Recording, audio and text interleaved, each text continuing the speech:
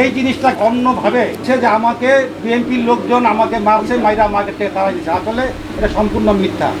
তার যদি কোনো কমিটি থাকে, তার যদি মার্কেটে কোনো ব্যবসা প্রতিষ্ঠান থাকে, তার যদি ট্রেড লাইসেন্স থাকে, আপনাদের মাধ্যমে সে বলুক, আমরা সাধারণ তাকে গ্রহণ করে নিব। আমরা 5 আগস্টের পর খুব ভালো ছিলাম।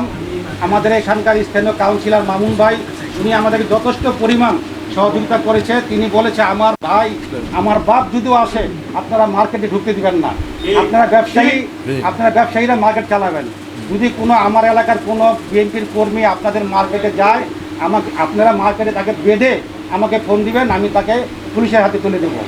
আপনারা এখানে অনেক ব্যবসায়ী আছে, আপনারা দরকার হলে আরও মার্কেট 3টা আছে, আপনার সব দোকান থেকে জিজ্ঞাসা করতে পারেন যে এখানকার স্থানীয় কোনো বিএনপি কোনো চাঁদা চেয়েছে কিনা। যদি চাঁদা না চেয়ে থাকে, তাহলে সুমনের কোনো দোকান নাই, সুমনের কোনো মার্কেটের ব্যবসা নাই, তার কাছে কে চাঁদা চাইলো? এবং সে এই এত বড় একটা জামাত ইসলামীর নেতাদেরকে সে একটা ভুল মেসেজ দিয়ে সে একটা বড় একটা শোডাউন করাইলো এই লাঠি সোটা নিয়ে।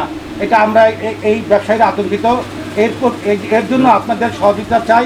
আপনারা সত্যিটা তুলে ধরুন, আমরা যেন শান্তিপূর্ণভাবে এখানে ব্যবসা করতে পারি এবং এই নগরপালিকার মার্কেটটা যেন ব্যবসায়ীদের মাধ্যমে পরিচালিত হয়। এটা সমবায় এবং প্রশাসনের কাছ থেকে আমরা জোর দাবি জানাচ্ছি।